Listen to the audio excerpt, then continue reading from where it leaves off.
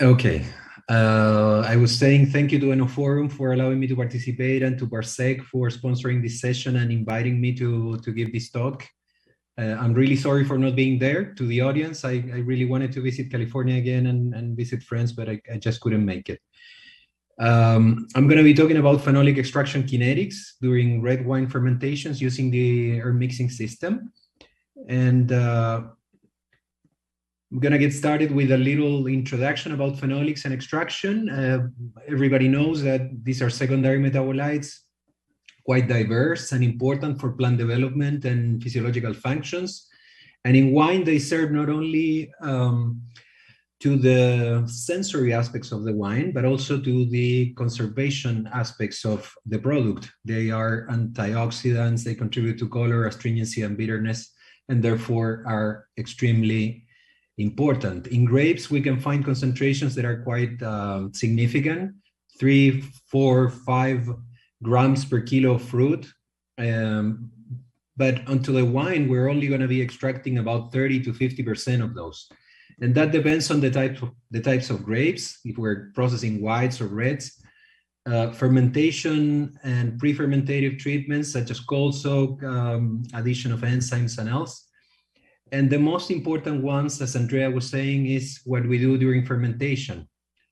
Cap management strategies, particularly the temperature of the fermentation, maceration time, and ethanol are fundamental. These are two well-known plots showing the extraction patterns of anthocyanins and tannin. And as you can see, they have very different behaviors. Anthocyanins are extracted really quickly during fermentation, and tannins could be extracted for days or even weeks, provided that they are in contact with seeds and skins. And the final concentration and these patterns in general will depend on the location of these phenolics within the berry, some phenolic chemistry, their polarity, molecular size, adsorption and desorption phenomenon that could be occurring in the presence of cell wall material and yeast that could be trapping and desorbing these compounds in different parts of the vinification process.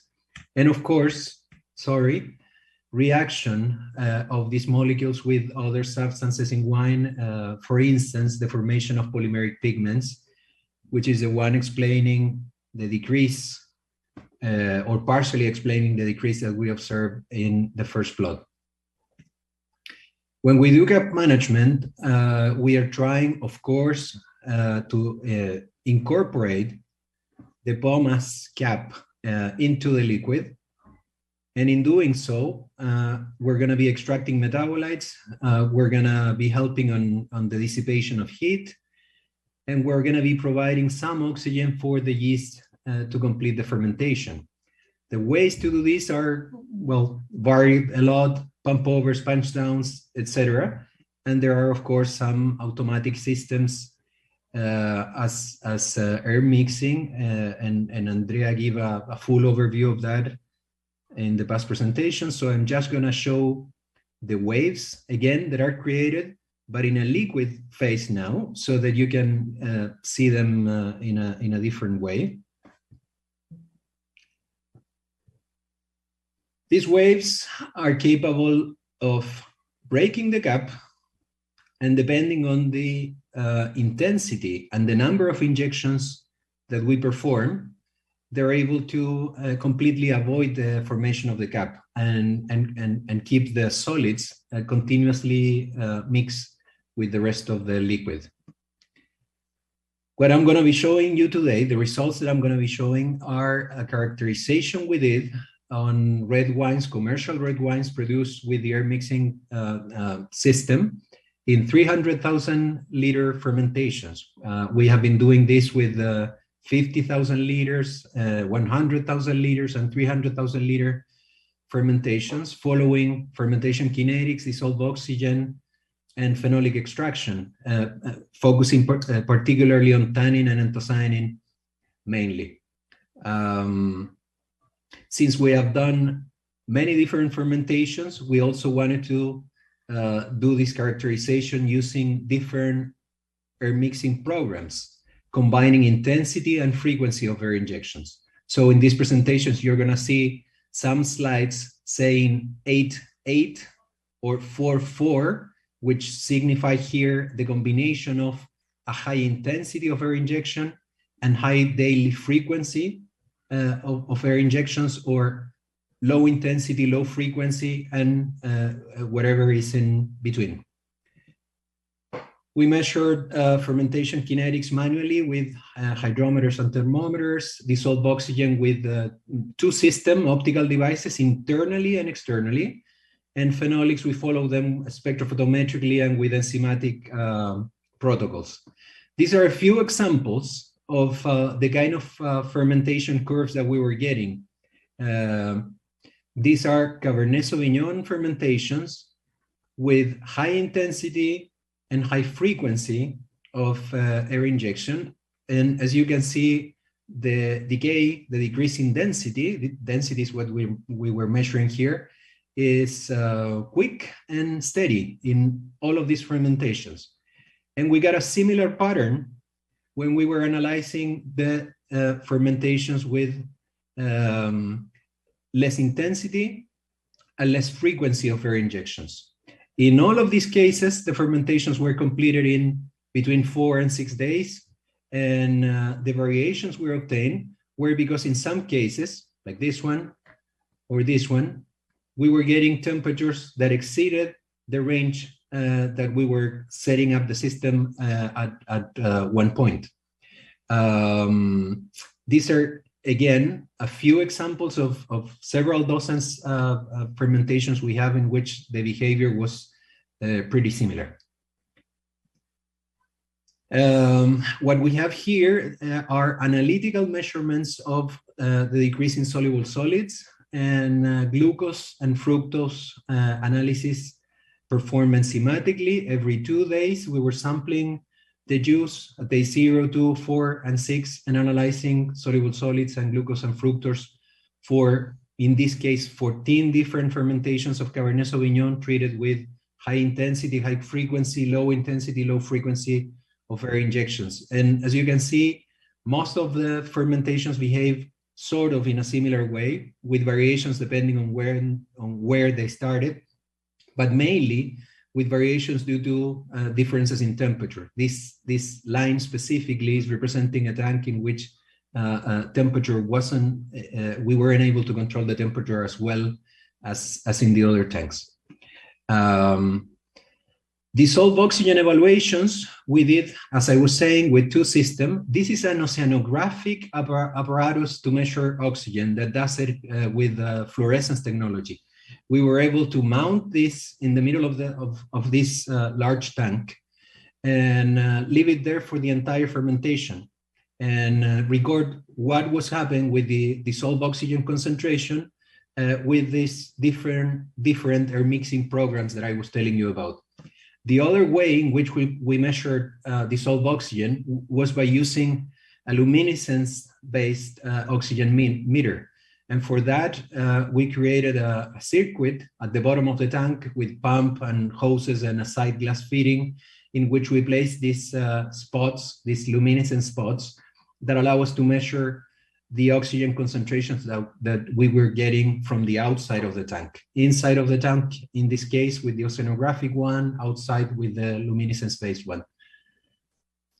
And in this first plot, what we're seeing is the dissolved oxygen concentration during the entire fermentation, and these are days of fermentation, that we were getting with an air mixing program using high intensity and high frequency of air injection. In here, we have an electrical problem at the winery, and that's why you are not seeing the peaks of the same size than the rest of the plot. But in general, what you can see here is that we have a baseline of introduction of oxygen that is quite significant, 0.8 milligrams per liter. Every single peak that we see here corresponds to one air injection that the system was doing. And again, as you can see, oxygen would go up, and quickly, due to the amount of CO2 that we have inside the tank, that oxygen, or most of that oxygen, will be displaced, and we will return to a base amount of oxygen that is really low. We have integrated the areas under the curve of these peaks to try to estimate how much of that oxygen will be available for yeast and for phenolics to start forming polymeric pigments, for instance, but that's really difficult to achieve. We have the calculations, but we are not sure how much of what we're seeing is actually remaining in the wine and being consumed by yeast or by phenolics. In this case, what we're seeing is a program in which we have high intensity of air injection. And as you can see, the level of these peaks is more or less the same that in the previous one, but with a lower number of peaks per day, which is consistent with the program that we were using. High intensity and low frequency of air injections.